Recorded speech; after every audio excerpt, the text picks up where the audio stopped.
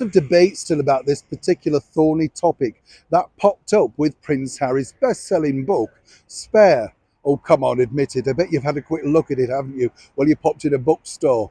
Have I, you asking me? Truthfully, no. No, not really. I don't. It's a straight. I'm being honest with you. Look, it's a strange thing. I think when a book's that much, it doesn't matter how much they are. Unless I really want that book, I wouldn't want to go in and have a look because I think, well, eventually it's going to be in the pound shop, isn't it, or the dollar store? And I don't mean that unkind, but you can get some cracking books after Christmas if you look around. And I'm betting, also that quite a lot of them will pop up in charity shops, and the charity shops will no doubt think they can make a killing. But really, at that point, already the story's becoming a little bit sour, isn't it? But there's one particular area of the book that nobody's really confronted, and I wanted to share this with you because I find this once again, quite intriguing when you think.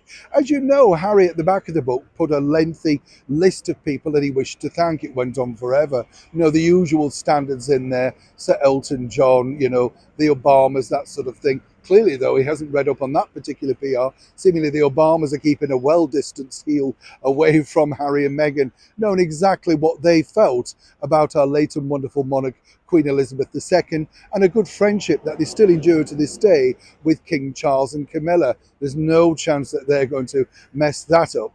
But it was actually the people that they left out that was fascinating because, as I say, it was a huge roll call, wasn't it? Now, one of the people that they didn't include in the book as a thank you, which was a little bit strange when you think, because whichever way you look at it, Meghan Markle helped write that book. It's all very well taking a stiletto heels 4 paces back down, saying nothing to do with me. You can smell her all over the book, her narrative. I'm sure when they were sat together, as we saw in that Netflix documentary, where they're Max in their offices, he must have read passages out and she must have screamed, "No, that's not good enough. More of me," allegedly.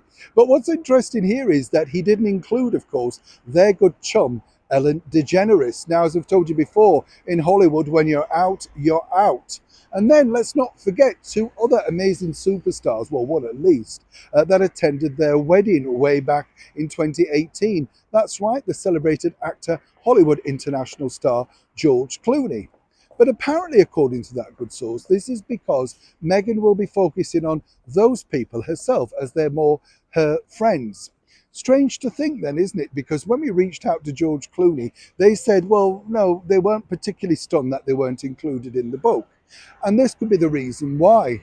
As we recall, you see, when George and Amal Clooney attended that spectacular sunny day in Windsor all those years ago now, they openly admitted on camera that they didn't know them. They'd just been given an invite and they decided to come along. In fact, on the day, they never actually met Harry and Meghan at all. There was no pictures of them together. They just literally went, as one can imagine, as a Hollywood superstar would, for the publicity. I mean, not bad to be part of an historical event in the same church, of course, as our wonderful monarch, the Prince of Wales, as he then was. Not a bad invite.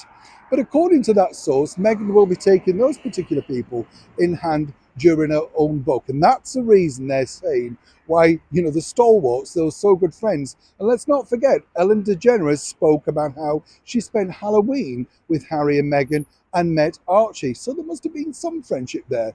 But seemingly perhaps Harry felt, with her not being totally in vogue right now, maybe best to leave her out.